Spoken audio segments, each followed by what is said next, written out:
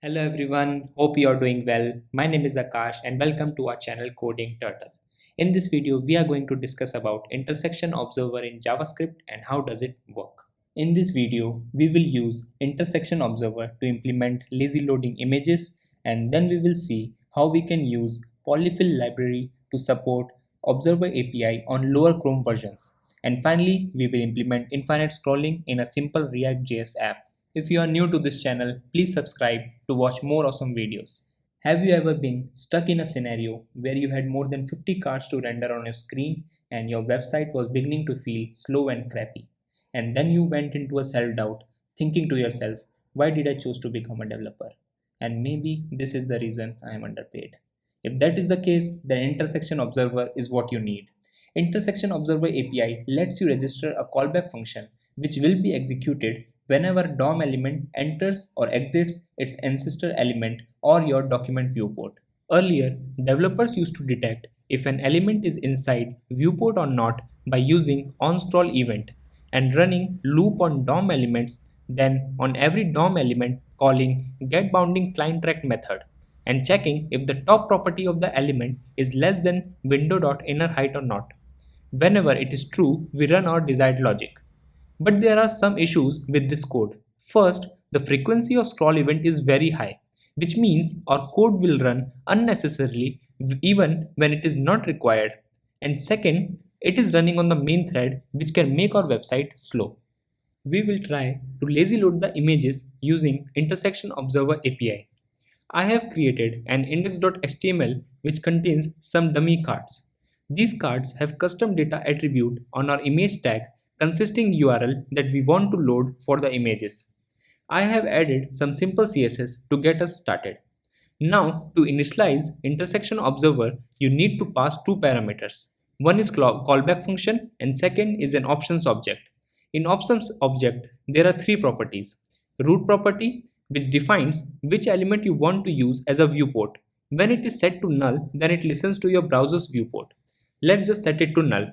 Root margin is a margin around your root element. It is just like your CSS margin.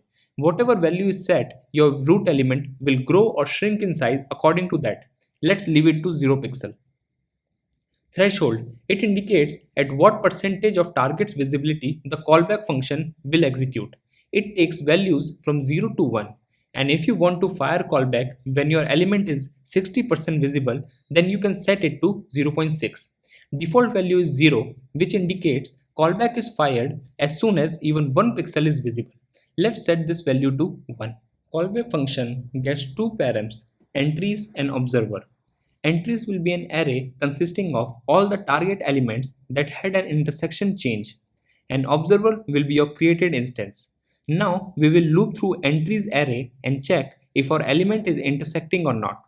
If it is intersecting, we are going to fetch the URL from our custom data attribute data-source and will set the source URL on our image. This will load the image in viewport. Now we do not want to listen for the changes again on this element. So we are going to unobserve the changes.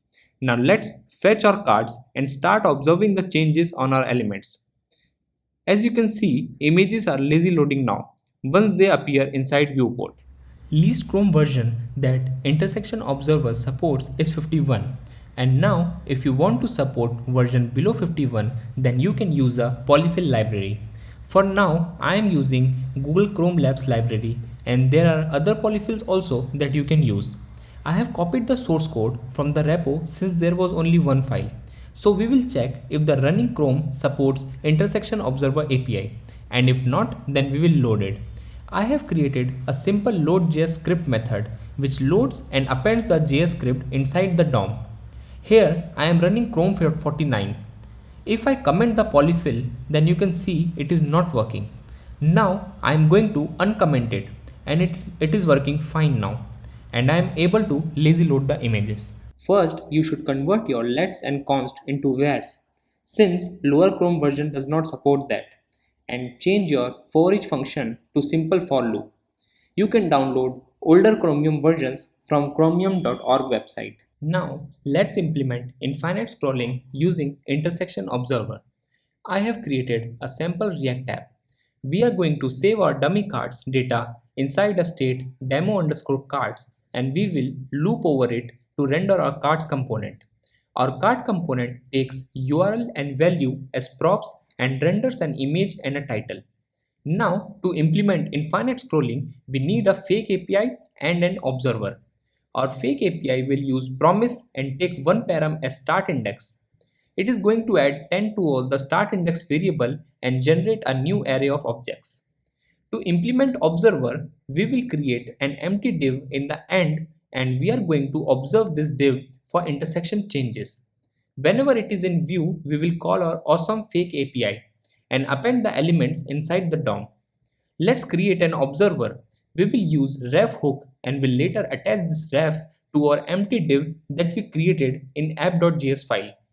Then we are going to create a state to track the visibility, and let's initialize our observer inside useEffects callback.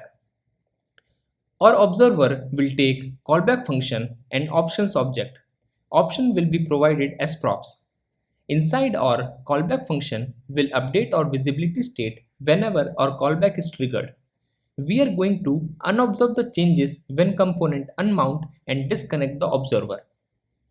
Our useEffects callback will run when we get our ref target element. And finally, we are going to return our state and ref. Let's import our observer inside our app.js file. Our observer will return visibility state and ref and will accept options object. Let's keep default values for now. We will set our ref container to our last empty div element, since this is the one we are observing, and we will implement a use effect which will listen to the visibility state change. So whenever we get is_visible true, we know that we need to call our fake API. So we will call our fake API with params as start index. We are going to pass total cards length as start index. The data we receive, we are going to append those in our demo card state. As you can see, we have a working infinite scrolling now. You could also use React-intersection observer API library to implement our observer, but we went with the native API to understand things under the hood. It's time to wrap up the video. Let me know in the comments if I missed something, and I will meet you in the next one. Until then, take care and goodbye.